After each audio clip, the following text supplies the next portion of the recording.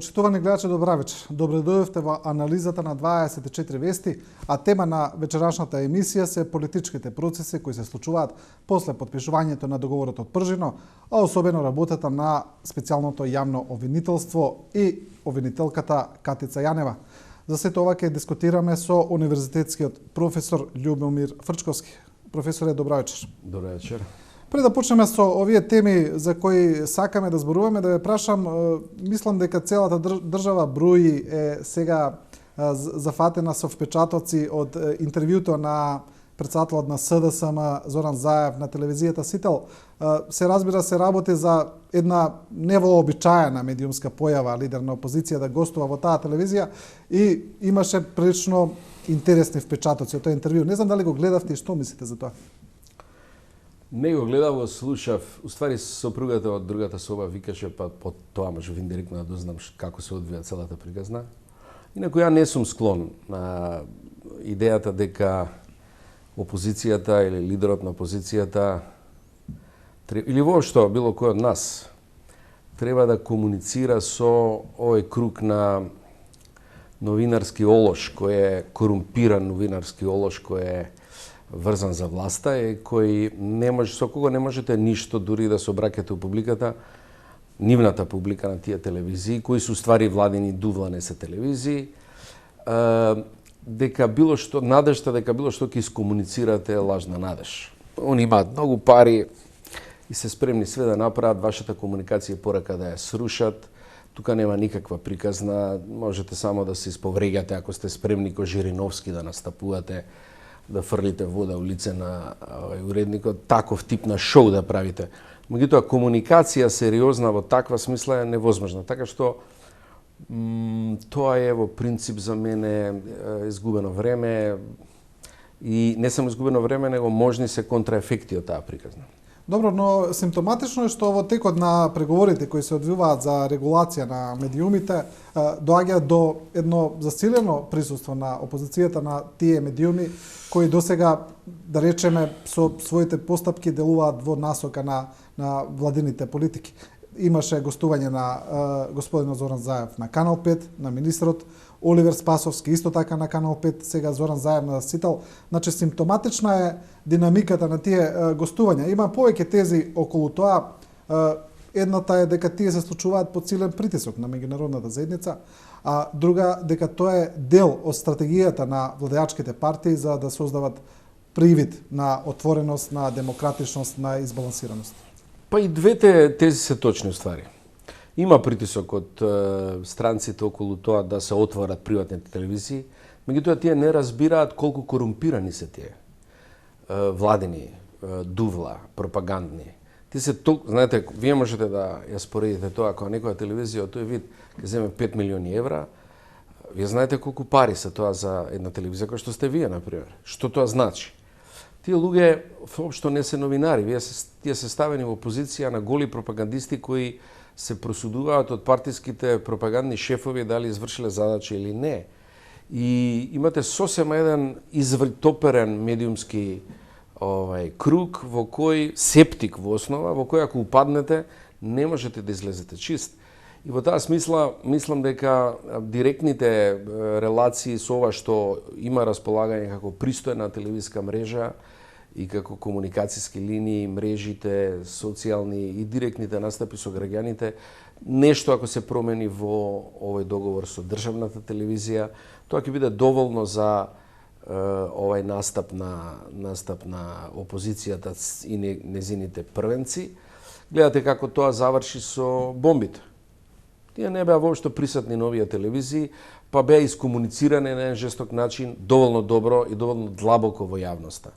Така што не треба многу да се пати од тоа дека треба со секој од нив нешто да се настапи. Мислам дека по некој пат е тоа ужасно доживување за гледачите кои гледаат еден простаклук. Не може да се освестат, делом од расправите на мрежите е така, не може да се освестат од тоа каде живееме и кое ниво може да го достигнат тие луѓе. Да. Добро, да одиме со она за што сакавме да зборуваме на прво место, тоа е пред се работата на специјалното јавно обвинителство. веќе во последниот период се зголемува бројот на кривични пријави кои се поднесуваат преку основното јавно обвинителство до специјалното јавно обвинителство, значи тие се поднесуваат, верувам дека знае јавноста, од граѓани кои пријавуваат дека биле малтретирани од непознати лица кои се представиле дека се дел од специјалното обвинителство, и ми се чини дека бројот на тие кривични пријави достигне 19, ако не се лажам во меѓувреме, ако нема нови. Меѓународната заедница става јасен акцент на поддршката на работата на Катица Јанева од самиот почеток. Но од друга страна, гледаме дека во обвинителството без проблем се поднесуваат кривични пријави и тие се поднесуваат. Значи, некако како на некој кој стои за таа операција да нема многу ни галени за поддршката на меѓународната заедница, едноставно народски кажано си тера по своje. Па знаете што, во основа кога погледнете малку од страна тој процес, нашите прогнози и расправи пред непол месец овдека кај вас на истата емисија се покажуваат за точни. Полека тој систем се деконструира во еден жесток судир, очај, гребење со ногти околу владечките партии, односно на владечките партии околу власта. И тоа сега се евиденции, ова што го споменувате, на таа очајна борба.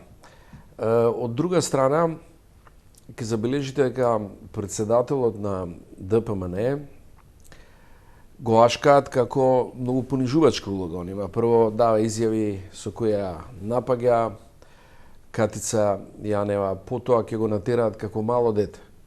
Како ние што ги учиме малите деца, кажи о Катица, погали ја сега, и он ќе даде изјава позитивна за Катица. Тоа е срамна ситуација во која он прифаќа да биде, бидејќи коцката е неговата кожа, фактички неговата слобода. И се што може да направат, како што рековме претходно, како што многу луѓе рекоа претходно што ги следат овие настани, они тоа го прават. Меѓутоа, мислам дека цела оваа приказна не оди во насока, дека оваа партија ќе биде во позиција да ги заштити овие луѓе што сега ги изгори. Тоа се суди, најчесто полицајци кои се појавуваат како сведоци или кои се повикани како сведоци, па потоа обвинуваат дека биле малтретирани. Нормално, не можете да го анализирате сериозно тој процес, бидејќи тоа е една, условно кажем, личарска политичка операција на притисок на обвинителката. Но тоа нема да заврши така. Они нема да може да ги заштитат нив, нема да бидат во позиција да ги заштитат овие луѓе што ги истураат напред од контраобвинувањата за лажно пријавување. Тие сите до еден ќе отидат на тоа обвинување. Затоа што нема основа за тие пријави. Тие се голи политички штитови на партијата на власт, ги истураат напред. Од друга страна, нема да предизвика никаков ефект тоа. Бидејќи, очигледно целата операција со специјалното јавно обвинителство е централна за оваа транзиција кон нормална демократија, од авторитарен систем во кој живеевме овие 10 години.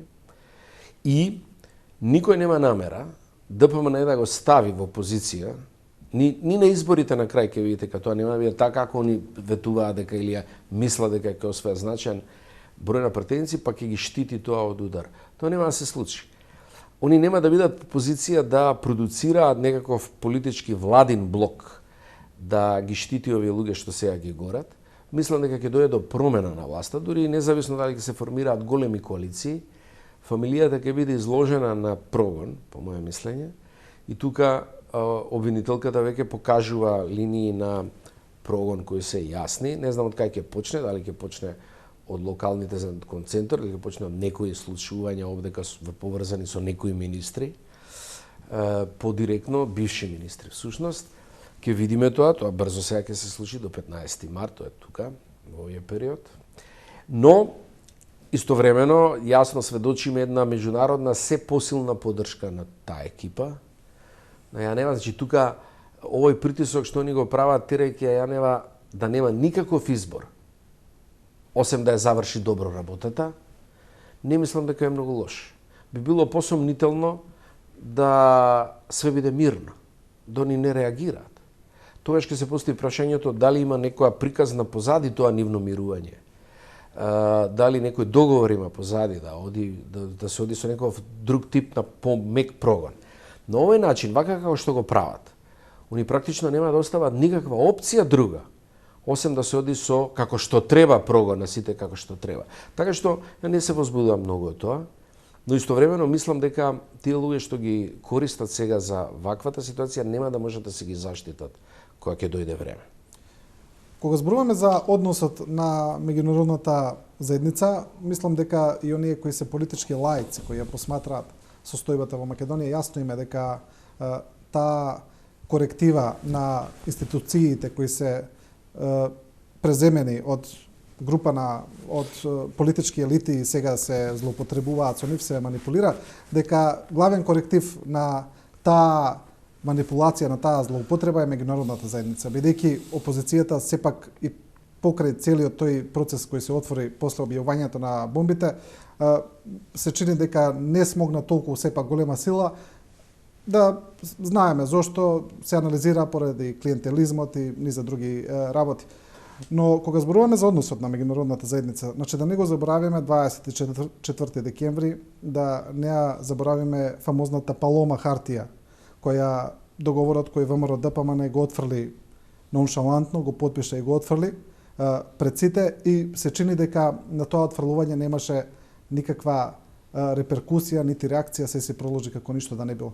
Значи, постојат скептици кои велат дека можеби тој однос може да се смени и дека доколку сите карти се стават само на тоа, дека целата работа може да биде сомнителна. Па, гледайте сега, таква песимистичка проценка е возможна, не е невозможна, но е малку веројатна. Затоа што дури и неуспехот или колапсот или злоупотребата на тие мачни преговори во кои учествував за 24 декември и терењето на опозицијата на дворот парламентот, всушност резултира во заклучок кај меѓународната заедница за каква власт се работи. Така да тие ги заострија реперите на проценка после тоа. Така што тоа не е изгубена битка. Иако беше изгубена рунда во битката, бидејќи немаше политичка одговорност на претседателот на собранието, пред се бидејќи тамо имаше констатација за кршење на уставот, јасно.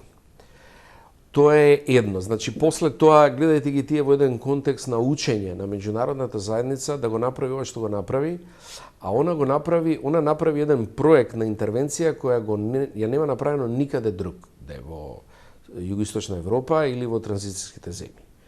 Европската унија посебно, па и американците, немаат ваков проект на систематска смена на режимот, односно рушење на диктатура, која, со други зборови, излегува преку некаква транзиција, избори така натака до промена на системот. Нив им е јасно што прават.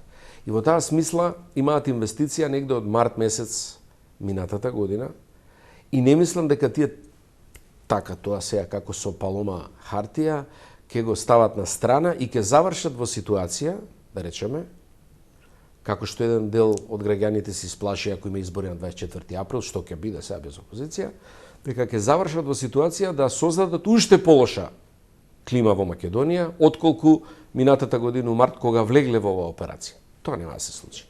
Они немаат дозвола таква приказна да се развива.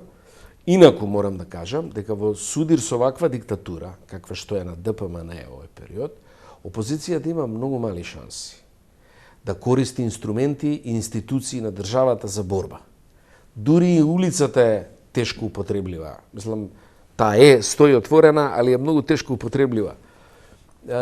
Така што, уште тогаш, понаа теза која напиша во погрешни преговори еден текст, упатив на тоа дека не можат странците да гледаат неутрално, а да преговараат шефот на владата и шефот на опозицијата да решат кризата. Тоа така не може.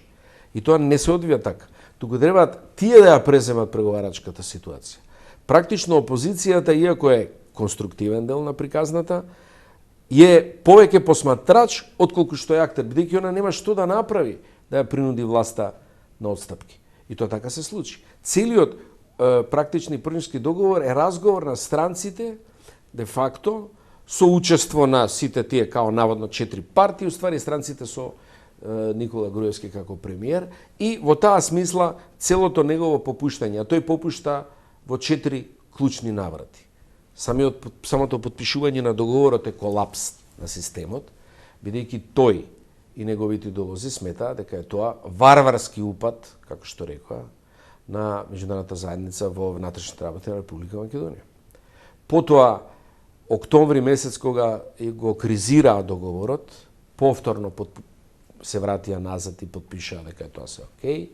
Па третиот пат, кога се повлече од местото премиер, најавувајќи дека тоа ќе биде само 100 дена пред изборите.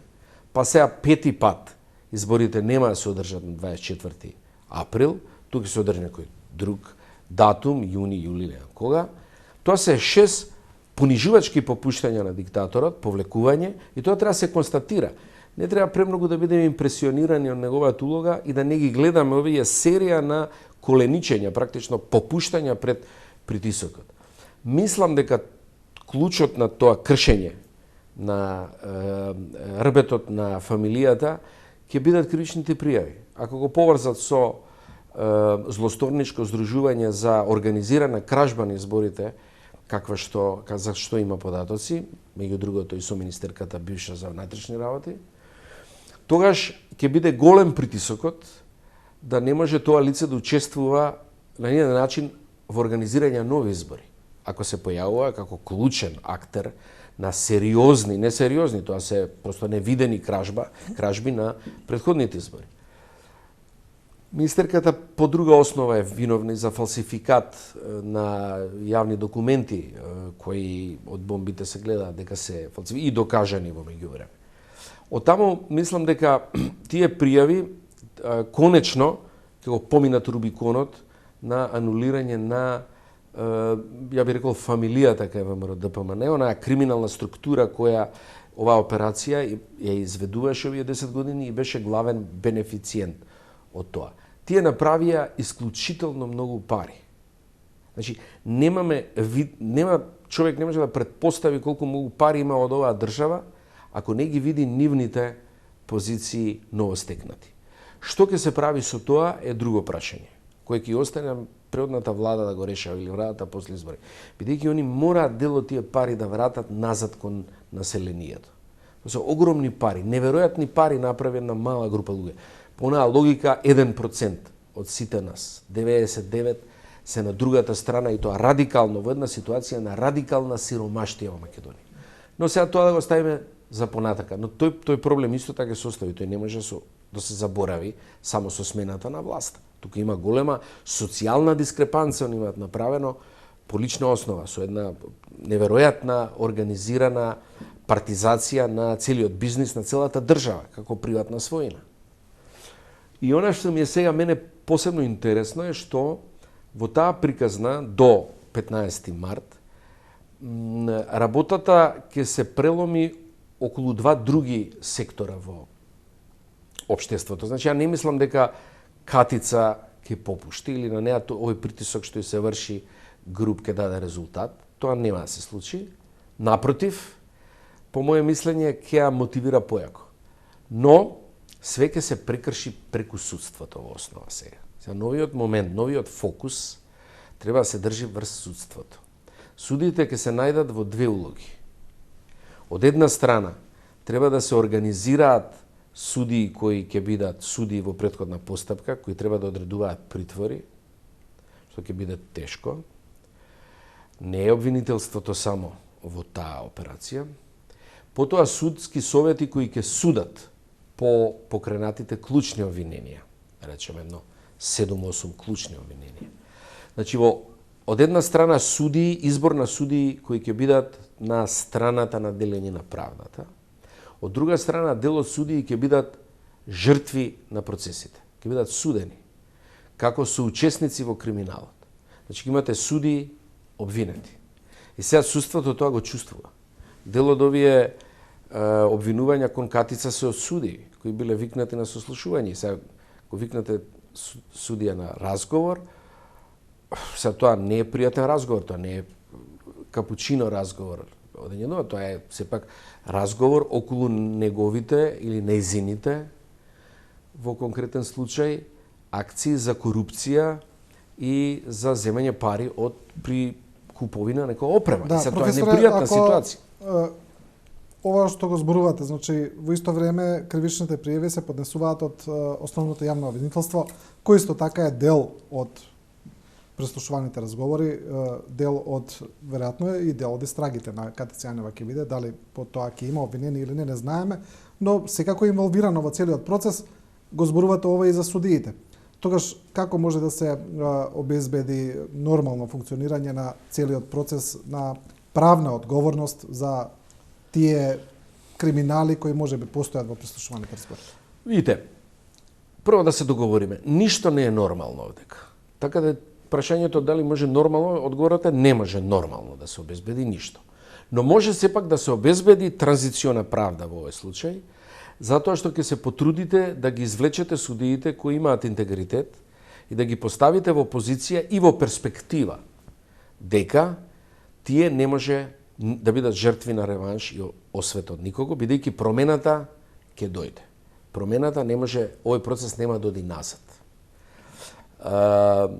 Оваа фамилија и ова ДПМН е назад да им се свети нив. Тоа нема да се случи. Кој ќе го направи тоа? Па, ја мислам дека тоа, овој дел, во овој период, странците, заедно со целокупната опозиција, мора да размислат и мора малку да направат анализа кои судии ќе бидат вклучени во овој процес на позитивната страна на приказната. Од една страна, оние што се обвинети, тие се јасни, тие ги знаеме. И голем дел од другите кои служат на режимот, као што е овој советот на обвинители, као што е Републичкиот судски совет, тие можеби малку ќе се притајат, тие ако не се држат вака као директни слуги на режимот, пошто ќе се повлечат малку, ќе исчезнат од сцената, нема да зборуваат, нема да бидат активни. Но тоа се све инструменти на режимот, све една срамна улога на поништување на можноста за правда во Македонија. Тие се слуги на тоа. Тие нема да бидат заборавени во тој смисла, но нема да бидат директно истурени во овој контекст на обвинение. Значи, фокусот на судот е следниот период. Следниот период пред да почнат да излегуваат пријавите од 15 март натака. Во тој период треба малку да се, по моје мислење, да се расправа за тоа и да се изнајдат решенија некои. За тоа не се нормални постапки, во смисла нема да се даде нормално било кому како на бубањ по овој судија тоа ќе го суди. Тоа така не може да биде во овој случај, треба малку попаметно се. А може, не е нормално, но може. Има тези професоре меѓу кои дел од вашите колеги, да речеме професорот Шкариќ, кои тогаш уште кога се формираше обвинителството кажа дека е потребно да се формира и специјален суд паралелно. Да, па сите ние се залагавме за таков некој посебен суд, но тоа мора да се направи со посебен закон тогаш, на почетокот. И натаму не се тргна, бидејќи тоа беше исклучително тешка и комплицирана операција која заедно со Пржино меѓународната заедница можеби не можеше да ја извлече. Беше задоволна со специјалното обвинителство и тоа беше новум од огромен вид. Да ве потсетам дека специјалното обвинителство не беше ниту идеја на опозицијата. Порадикално излезгаа странците со тоа, односно американците со тоа. Порадикално од опозицијата. Опозицијата имаше некоја варијанта со постојниот закон за обвинителство да се формира специјално оделение и така натака некоја послаба од оваа сегашна варијанта. Така што оваа варијанта жестока е баш проект на американците. Нешто малку околу тоа приватни проекти наши, меѓутоа нашите проекти приватни не мора да се реализираат, можда ние сакаме тоа се одвиваат, но имаше добра комуникација со странците во тој период и мислам дека баш онака бев радосен што таа идеја најде на таква поддршка и таква реализација понатак. Но втората работа за која сакав да ти споменам, освен фокусот на судството, е фокусот врз МВР. Врз Министерството за внатрешни работи. Се тука, као што гледате, министерот почнува да застанува на нозе полека и многу се важни две командни хиерархии внатре.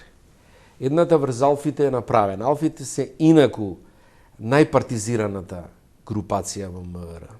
Тие се скоро 80%, ако не се лажам, верни до гроба на владечката партија. Некои од нив и јавно кажуваат дека имаат книжки и тоа не е проблем. И они функционираат со нив и на терен за време на изборите, гонејќи ги припадниците на опозицијата, прекршечно казнувајќи ги децава кои лепат плакати. Една серија на компрометација, можда компрометирана операција на Алфите. И тејате сега со новото раководство, или новиот шеф на Алфите, се воспоставува една хиерархија, мислам дека тој е еден силен професионалец и мислам дека он ќе успее да воспостави хиерархија внатре, иако е сам тамо, веројатно има мрежа, не е очекувана според негово мислење, не е очекувана, она очекувавме сите голем отпор таму. Не се случи тоа. Легна многу брзо таа структура, иначе можна партизирана структура, велам. Од друга страна, потребна е уште една смена. Потребна е воената структура на МВР, под оружје што е, а тоа се специјалците, да добијат нов шеф. Бидејќи постојниот шеф учествуваше во оваа наместена операција со личните карти. И беше прилично верен на заменикот министер по партиска основа. И се искомпрометира со таа операција. Тоа не беше професионална операција, тоа е местенка очигледна. И беше вака прилично лојален на таквата ситуација вон професионалните стандарди. Они тамо барале еден джоинт во 4 фамилии. А као нашле потоа фајлови на компјутер случајно кај една од фамилии. Мислам што е местенка, онака се гледа 2 километра. Но не е важно тоа. Важно е дека таа структура мора да добие нов шеф, за да може да биде дисциплинирана и да да работи согласно закон. Значи, Алфите и таа структура, најмалку, мора да бидат ставени под директна контрола на министерот, за да нема обструкции во моментот и да има логистичка поддржка во моментот кога Катица ќе излезе со барањата за притвори или за обвинување. Да, но веќе тогаш нема шега за тоа. Гледаме дека и работата на министерот Спасовски не оди баш толку мазно колку што треба. Сите тие негови промени се оспорени веќе од заменикот Чавков. Па тие делумно се оспорени оние кои беа на локалните шефови, оваа не успеа на шефот на Алфите, така што тоа по таа логика ќе оди до крај, не мислам дека тука ништо фидбек има, но добро е што тој почна со тоа, имаше еден период кога имаше затишје, па имаше дилеми што е идејата. МВР зошто мора да се стави по таа? Прво, логистика на операцијата на Катица е неопходна кај МВР и тука ако има добра логистика нема да се случат никакви изненадувања. Никакви парамилитарни, паравоени структури кои ги поддржуваат партискиве бивши функционери, тоа све како партали ќе се растури. Ако има сериозна акција на обвинителството заедно со МВР, тоа ќе легне одма. Тука немам дилеми. Второ, МВР е главниот оператор кај изборите. Ако го немате под контрола МВР, како што го имаше ДПМН, они не може да крадат избори на тој начин. МВР е логистиката на кражбата. Значи, овие три автобуса што оделе, например, со гласачи од Кавадарци, па во Скопје, па у Штип се оделе, 3 автобуса кружеле, полни со гласачи и со уствари оригинални, али фалсификувани лични карти, тоа не можете да го изведете без МВР да го поддржува тоа. Иначе МВР Кавадарци ги застане, ако некој се обиде партиски тоа да го направи, ќе ги претресем и директно кривично ќе ги обвини лицата што имаат таква намера. Не може тоа да се направи, пустец не може да се организира без МВР. Кражбата кај Дуи има села овде околу Скопско, кај што една фамилија им ги собира гласовите за Дуи во цело село. Тоа го знае МВР и го толерира. И они ги носат гласовите за Дуи. Тоа сега не може да биде направено. Дуи прв пат ќе оди без полициска поддршка на избори. И кај Дуи, и кај ДПМН, уште повеќе, полицијата е логистика на кражбата. Без неа не може да се изведе кражбата. Например, трет пример. Изборните списоци. Еве да не се исчистат целосно. Да останат, 5% мртви души на списоците, да промакнат во чистењето кој ќе биде направено. Тие нема да бидат злоупотребени ако бидат во списоците мртви, односно фиктивни гласови. Тие нема да бидат злоупотребени ако МВР не ја поддржи таа операција. Тие ќе останат празни, луѓе кои не гласале, ќе го дигнат кворумот, само повеќе, ќе има повеќе абстиненти, да речеме, луѓе кои не гласале, но нема да бидат злоупотребени за било која партија. Ако МВР не овозможи, да речеме, имате празни, слободно гласајте со лични карти, вакви, онакви, на место нивно. Значи, многу е важен МВР како логистика. Ако тој биде нормално, ако функционира, по моје мислење, а тоа го кажав минатиот пат, 100-150 илјади гласови, духови гласови нема да бидат злоупотребени од владичката партија. Тие нема да одат на друга партија, или на трето место, само едноставно ќе исчезнат. И за толку ќе падне нивниот број на мандати, сега да ги земете од 53, би паднал на 43. Само со искрадените гласови. Да. Во таа смисла МВР е многу важно. Добро, професор, ќе направиме на кратка пауза за реклами и почитувани гледачи, веднаш се враќаме во студиото. Се враќаме во студиото. Професоре, некои наставници кои се случуваат во Македонија, значи ги поврзуваат со некои геостратешки регионални политики во тој контекст се даваат во тоа светло. Значи особено со поврзаноста со односите кои се случуваат поврзани со руското влијание на Балканот, како и американската, тоест НАТО политиката кон новата позиција на Русија, па некои велат дека копијата се кршат токму тука, не некои, тоа го кажа и американскиот државен секретар Џон Кери, дека Македонија е една од земјите кои се на линијата на огнот.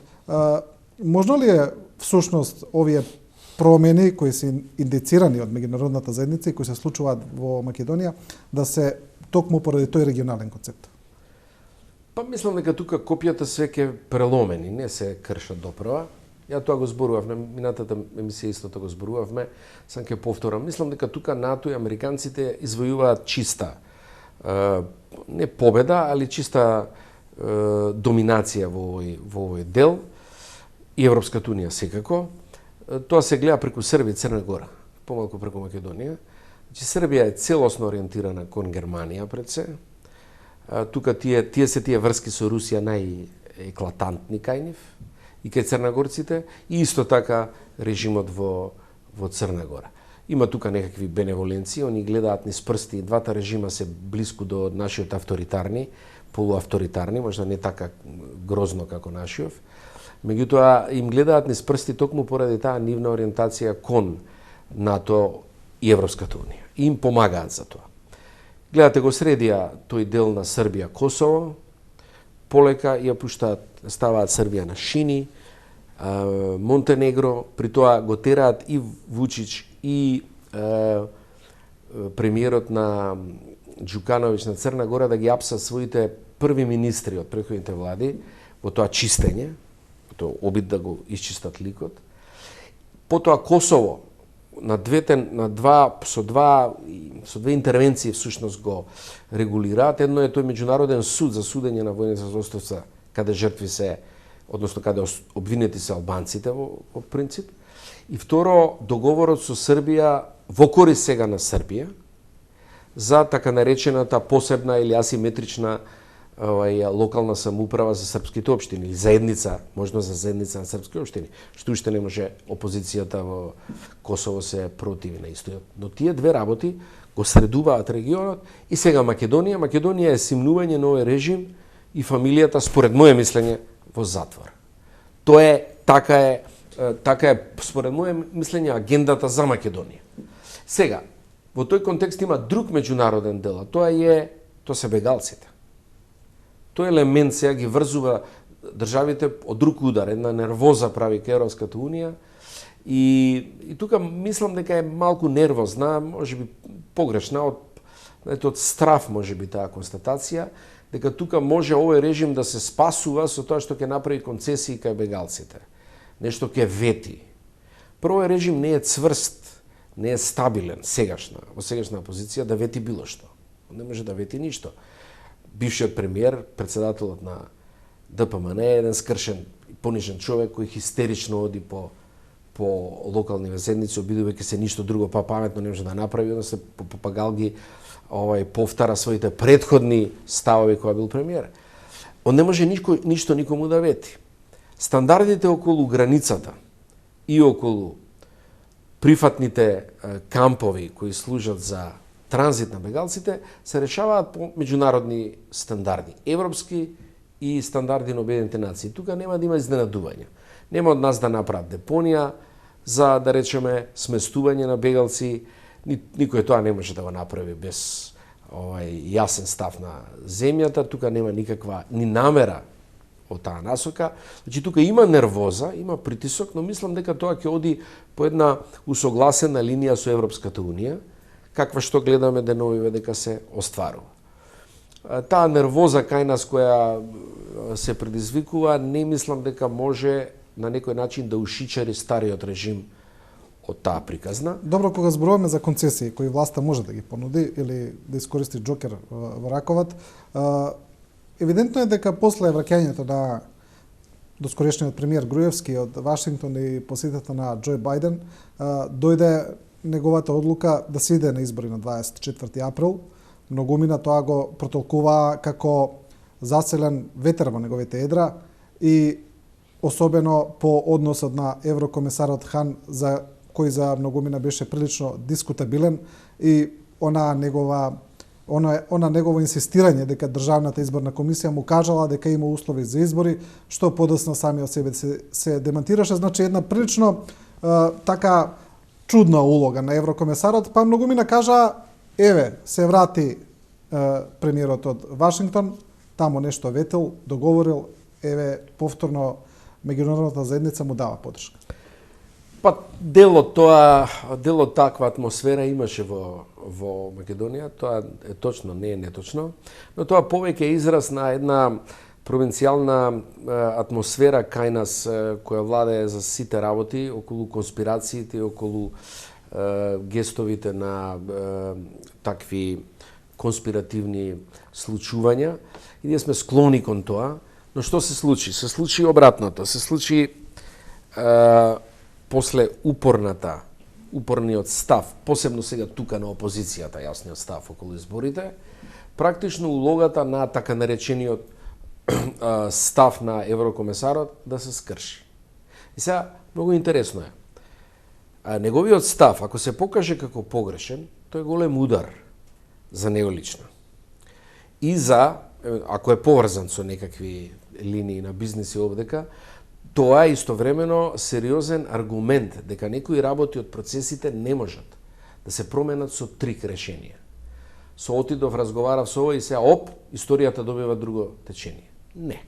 Ова со Бајден беше поинак. Ова со Бајден беше чисто лобистичка операција, која според некои поинформирани луѓе го чинила скоро милиони кусур евра, односно долари, раководството на власта да излобира таква средба, и практично никаков ефект на Стејт департментот и на вршната политика на САД такваста средба немаше. Повеќе е желба на владечката партија да ја прикаже дека тоа имало така некаков договор. Тоа бил сосема ладен разговор, без никакви решенија, а самата средба, можноста средба е платена лобистички. Истовремено, паралелно со тоа, има серија на други плаќања кои отприлике со истата цена одат, а тоа се и тоа кај американците, значи сега власта не функционира кај руси или кај други, они го разбрале приказната, но одат на оваа лобистичка политичка линија кај американците, и сега тука има 2-3 куки најмалку, толку договори видовме јавно, по 200, по 300 долари договори, кои одат за тоа да пишуваат, практично препишуваат ставови од власта на англиски јазик во нивните медиуми, па колумни на некои од владечките личности, па негово прикажување као цврстиот човек со кој може да се разговара. Меѓутоа е се една лоби политика кај американците, тоа е нормално. Тоа не влијае врз главното течение на политиката, која што гледате не се менува. Дури таа нема да се промени, иако папагалското повтарање на Али Ахмети, кој е нивнен практично клиент, стои на 24-ти, и тоа онака баш ќе го понижат. И тој ќе го прифати тоа со геон образ без никаква драма, дека тоа ќе се одложи, така одлучиле, така ќе се одложи. И заклучокот е дека работата оди во своето течение, вака како што ние разговараме сега, независно дури од тие инциденти, и тоа кај важни фактори за нас, а тоа се меѓународната заедница или барем некои представници од меѓународната заедница. Многу е важно ова што ни заедно рекоа дека на 20 февруар ќе заземат став околу изборите, а тој став отприлike ќе биде јасен, бидејќи сите аргументи одат на линија дека не е возможно да се одржа на 24-ти. Тоа ќе биде уште едно понижување на Груевски. Целиот парламент ќе биде понижен. Практично парламентот донесе одлука за одложено, што нема уставна основа, но ајде, ја донесе на одложно распуштање. И сега таа ќе само како покривање на оставката на премиерот, да тоа биде 100 дена. Да не даде оставка со подолг рок. А таа оставка ќе биде сега со 3-4 месеци повеќе. И никој него нема да го праша, и никој нема да се секира околу тоа. Но, тоа ќе оди по тој ток за кој разговаравме, независно, велам, и токму затоа, и токму нивниот пораз на некои од овие изјави, несрекни на Хан, ќе зборува за сериозноста на процесот кај нас, кој добил течение од кое нема враќање. Да, кога зборуваме за конспирациите, тука е и прашањето за името, нели, кое станува веќе дел од политичкиот фолклор, по кој знаат кој пат се прават тези и конспирации дека е можно некакво решение. Исто така се става во пакет со таа посета на Бајден, со односот на американците и така натаму, но евидентно е дека во последно време, случајно или не, може би е дел од некаква операција, може би пиар операција, може би суштинска, не знам, се и тие зачестени посети на прва посета на Поповски на Атина, Али Ахмети повторно отиде, интервјуто на Груевски за грчки медиум, евидентно е дека таму има некакви зачестени контакти. Мислите ли дека нешто во суштина се случува или може би тоа е дел само од тој пиар кој го прават двете земи? Видите, прво прашање е дека тоа прашање околу името и спорот со Грција секако ќе биде едно од приоритетите на новата влада. И тоа мора да се заврши, тоа мора да се реши. Ова што го прави владата во предходната влада и незините функционери во одење е повеќе едно создавање на илузија дека некаква операција прават и дека они се играчи во таа приказна. Тоа нема ни време, ни сериозни дипломатски, секој што знае елементарна технологија во дипломатијата, нема кога да се изведе таква операција на решавање на тој голем пакет. Таму има, во тој пакет има некои работи кои треба допрва да се допреговараат. Не е целиот завршен. Има неколку потези кои се поставени на маса, има неколку кои се отворени. Значи, тамо треба дипломатијата дополнително да допреговара. Тоа не може сега да се случи. Не може едноставно. Тоа може да се случи брзо под притисок на американците, тоа да, ако имаме среќа, но тоа веројатно ќе има новата влада после јунските или јулските избори, ќе има таква една ситуација, ќе формира веројатно еден тим кој околу тоа ќе го постави на вистински колосек и ќе го заврши, бидејќи ние мора да влеземе во НАТО, ако може оваа година ќе биде најдобро. Оваа година ќе биде најдобро. Мислите дека тоа е поврзано со самитот или не е поврзано со самитот? Со самитот тоа врска нема. Ние имаме одлука, решението не е врзано со никаков самит. Да, го знам тоа, но бидејќи Али Ахмети индицираше нешто поврзано со самитот. Немојте да го земате никогаш посебно сериозно, губите време. Не е врзано со самитот тоа. Воопшто било кое решение утре дента станува на комитетот на министрите или веќе какви тела се во НАТО има околу тоа, важни за одлука, станува на дневен ред и ние сме членка. Така да тоа не е врзано за самит, но истовремено е прашање кое ние мора да го решиме, нема бегање од тоа. И има добар пакет, не е пакетот лош, но ја не мислам дека оваа комбинација владина техничка влада ќе биде таа која ќе влезе во таа приказна. Да, добро, ако во Србија тоа решение кое беше подпишано, договор со Косово го подпише една влада која е десно ориентирана, конзервативна, мислите ли дека во Македонија е можно да го подпише тоа решение влада во која нема да биде ВМРО-ДПМН? Видите, ВМРО-ДПМН ќе биде во еден процес на внатрешен распад после ова. Значи, дали распад, некој ќе рече реформа, како сакаат нека го наречат. Таа партија во основа е голем проблем за македонската демократија, и тоа само таа партија. Не зборам како левичар или како либерал, независно, туку е незината структура е антидемократска.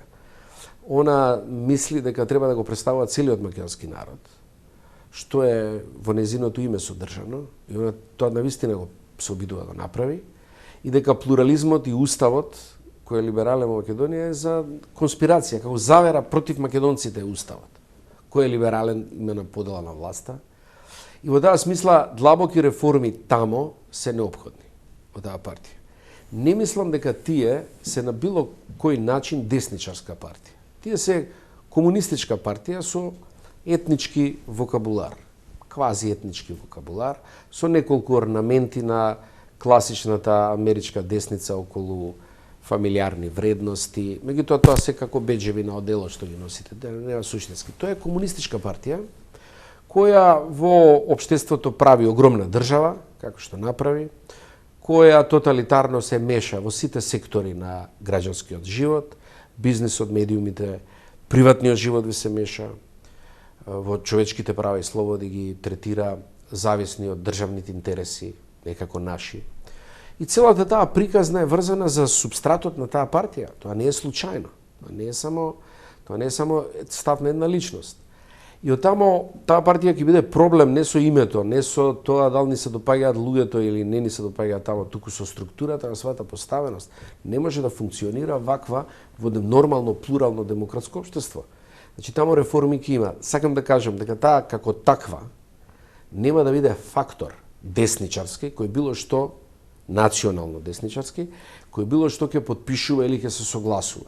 Пакетот кога го договорија Србија и Косово, никој не знаеше кој е сериозно на српска страна, кој на косовска тоа го прифатил. Они за 5 минути го решија проблемот со една фуснота, со одлука за една фуснота. Дека Србија ќе рече дека не ја признава независноста на Косово во фуснота доле, а Косово ќе ја третира фуснотата како...